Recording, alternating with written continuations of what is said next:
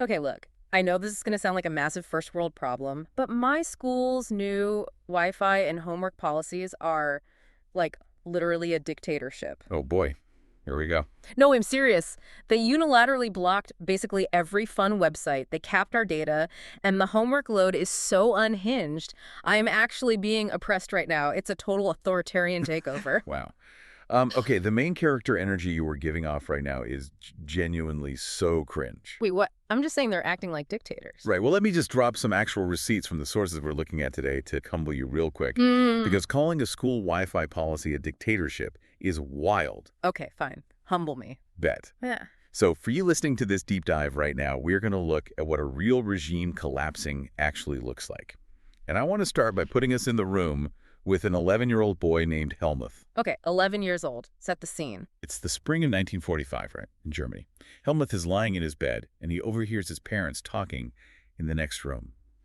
And they're speaking in those, like, super hushed, terrifying tones. Oh, I hate that. You always know something is wrong when adults do that. Exactly. Mm-hmm. And his father is this prominent, high-ranking Nazi official, and Helmuth literally overhears his dad debating with his mom about whether he should murder their entire family or if he should just commit suicide by himself. Wait, what? Hold up. No way. He was debating killing his own kids. Yeah, because Germany is losing the war, the regime is falling apart, and the dad knows exactly what he's done.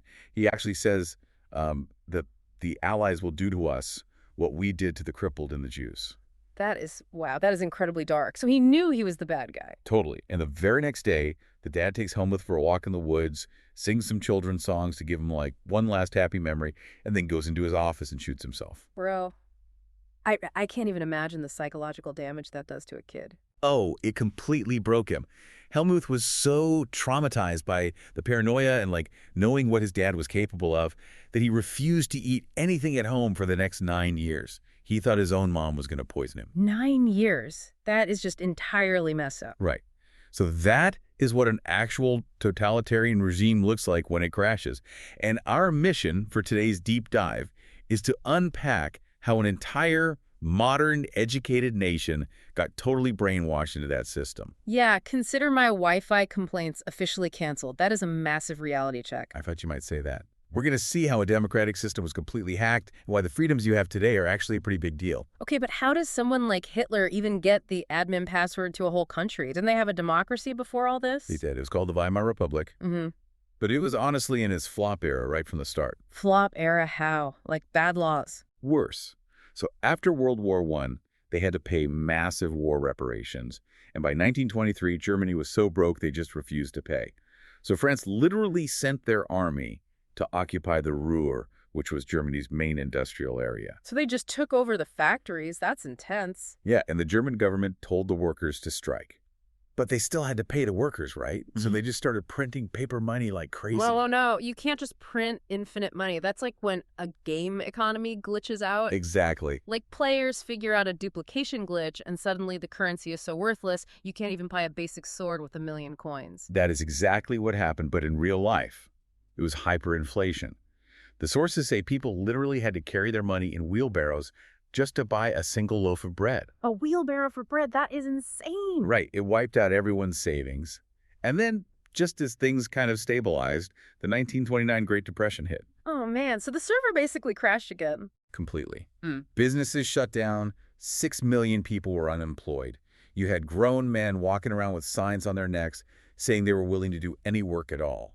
People were desperate. Okay, so the population is panicking, but how does that break the democracy? Well, their democratic system was super fragile.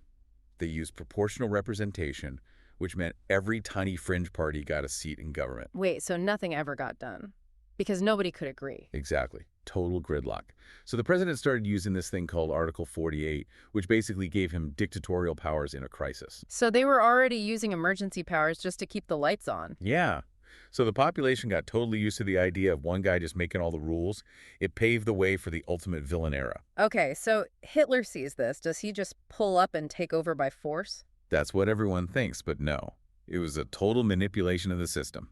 During the Depression, he built his Nazi party from getting just 2.6% of the votes in 1928 all the way to 37% in 1932. Wow, that's a huge jump. People were really that desperate for a fix.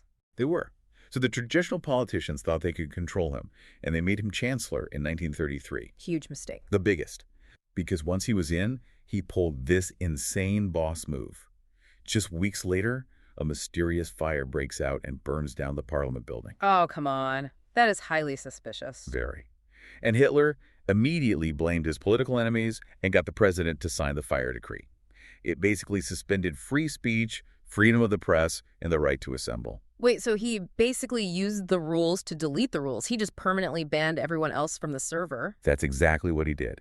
A month later, they passed the Enabling Act, giving him power to rule by decree. All other political parties were banned. That is terrifying. Just locked him right out. Yep. He set up the Gestapo, the secret police, and the SS. And they started sending political enemies, like communists, straight to concentration camps. No trials, no legal process. Bro, if he's doing all this unhinged stuff, why didn't the citizens just cancel him? Or rebel? I mean, you can't just arrest everyone. You'd think that right. But Hitler literally controlled the narrative through intense propaganda. And he aggressively gatekept reality by targeting the youth. Targeting kids? How? By completely brainwashing them. The text says that 10-year-old boys were heavily pressured into joining this group called the Young Volk. And at 14, they joined the Hitler Youth. Wait, 10-year-olds? When I was 10, I was literally just playing Minecraft and eating snacks. They were swearing blood oaths to a dictator. They really were. They were taught to worship war and to absolutely hate anyone the state called undesirable. That is so dark. Did the schools try to stop this? The schools were part of it. They cleansed the schools of all Jewish teachers.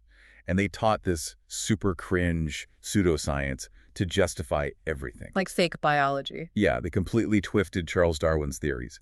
They taught kids that history was just a biological struggle and gave them math problems about how much a disabled person costs the state compared to a healthy family. Oh my gosh. You're teaching kids to put a price tag on a human life. That's literally gatekeeping who is allowed to exist. It is. And they controlled the adults, too.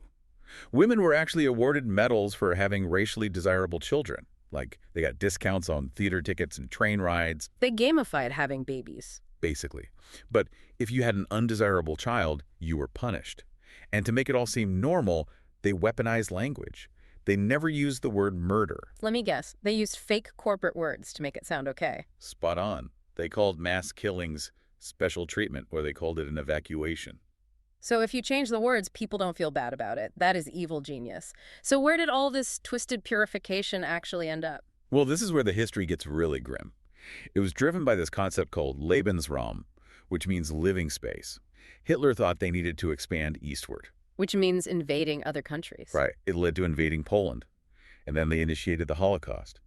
The sources dropped these horrifying receipts: 6 million Jews, 200,000 gypsies, 1 million Polish civilians, and disabled Germans. Just, wow, the scale of that is incomprehensible. They were murdered in gas chambers that were literally disguised as disinfection areas with fake shower heads. Did normal people actually know this was happening? Like, did everyday citizens just watch? A lot of them did. Some were too scared to act, and others just fell for the propaganda. They were passive onlookers. There's this famous quote in the text from Pastor Niemöller about this. Is that the one that goes, first they came for the communists? Yeah. He says, first they came for the communists, and I didn't speak out because I wasn't a communist. And he goes through the trade unionists and the Jews. And then he says, then they came for me, and there was no one left to speak for me. Man, that gives me chills. It shows how dangerous it is to just mind your own business when bad things happen. Exactly. But there were some people who saw it back, like the Polish intelligence in the Warsaw Ghetto. They knew they were probably going to die, but they hid all these documents and evidence in metal milk cans. Wait, milk cans? Yeah. They buried them in the rubble so the world would eventually find out the truth. They refused to let the regime erase history. That is actual bravery. Hearing all this, I am completely dropping my complaints about the school rules. It's a massive reality check. I told you it would be. No, for real. The historical figures who fought back against this system are the reason we have actual freedoms today. Democracy isn't just some background setting in a game. It can totally be broken if people just stand by. That is so true. So for you listening right now, I want to leave you with a final thought. Yeah. The next time you see someone being targeted or bullied, whether it's in a group chat or in real life, you have to ask yourself a question. Yeah. Are you going to speak up Or are you just going to be a passive onlooker because it doesn't affect you? Exactly. Don't be a passive onlooker. Okay, bet. I hear that. Yeah. And honestly, I am definitely never complaining about my history homework ever again. In fact, I should probably go study for that exam right now. Because failing history is a literal tragedy you can actually prevent. Exactly. See, you get it. Thanks for tuning into this deep dive, guys. We'll catch you on the next one. Bye, everyone. Keep learning.